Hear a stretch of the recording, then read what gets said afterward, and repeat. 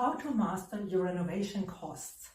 Everybody wants to avoid a budget blowout, but it's not easy to predict the costs when you're planning a big renovation. For instance, you would like to relocate interior walls to get a better flow through the house.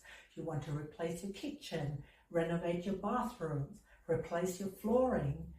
That's why we have a special process we follow to make sure you know exactly this is what I'm going to get and this is what it's going to cost. First of all, we start with concept drawings where we recommend this is where the kitchen would go, this is where the living room is, the study, and so on. Once you're happy with that, we're going to develop the construction drawings.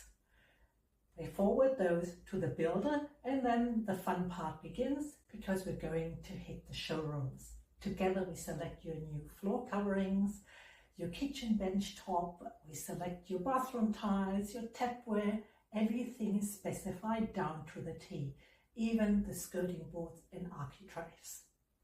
This also will be forwarded to the builder, and with those documentation, he's able to give you a fairly accurate estimate for their work.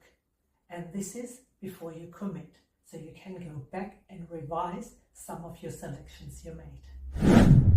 Of course, when you're renovating an old house, when you start demolition, you never know what's coming up. So we recommend to have a 10 to 20% contingency on your planned budget, just to make sure that you're on the safe side. I'd love to hear your story, your renovation story, or any questions you have in regards to interior design and building design. Just leave a comment below. Thank you very much for watching, and bye.